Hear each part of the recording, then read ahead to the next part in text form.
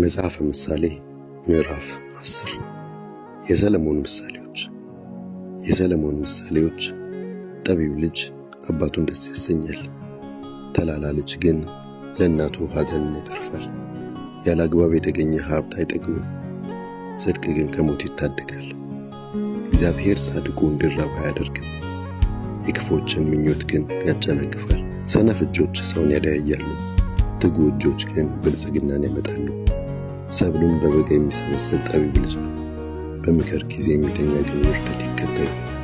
በረከት በጻድቃን ራስ ላይ፣ መዓት ግን የክፎችን አፍ ይዘጋል። የጻድቃን መታሰቢያቸው በረከት ነው፣ የክፎች ስም ግን እንደጠፋ ይቀራል።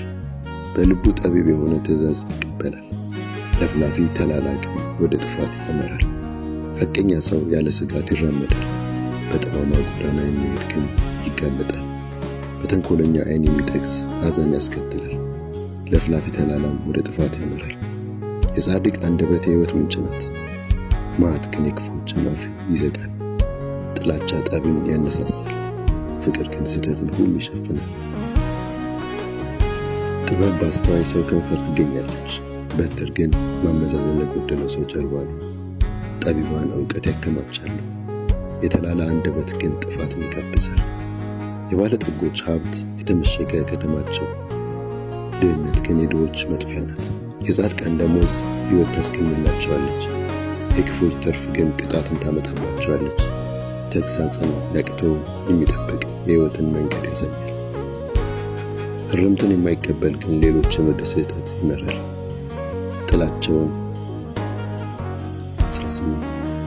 ጥላቻውን የሚሸሽግ ሐሰተኛ አንደበት ያለው ነው፣ ሐሜትን የሚዘራ ሁሉ ተላላ ነው። ከቃላት ብዛት ኃጢአት አይታጣም፣ አንደበቱን የሚገታ ግን ጠቢብ ነው። የጻድቅ አንደበት የነጠረ ብር ነው፣ የክፉ ሰው ልብ ግን ርባና የለውም። የጻድቃን ከንፈሮች ብዙዎችን ያንጻሉ፣ ተላሎች ግን ከማመዛዘን ጉድለት ይሞታሉ። የእግዚአብሔር በረከት ብልጽግናን ታመጣለች፣ መከራንም አያክልባትም። ተላላ ሰው በክፉ ተግባር ይደሰታል፣ አስተዋይ ሰው ግን በጥበብ ደስ ይለዋል።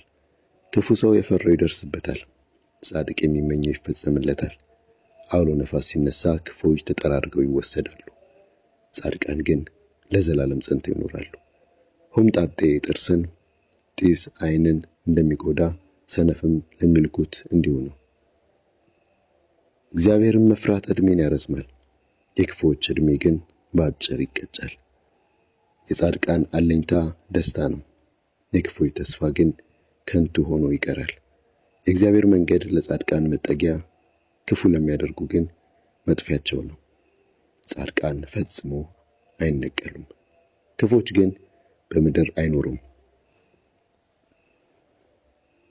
የጻድቃን አንደበት ጥበብን ያፈልቃል፣ ጠማማ ምላስ ግን ትቆረጣለች።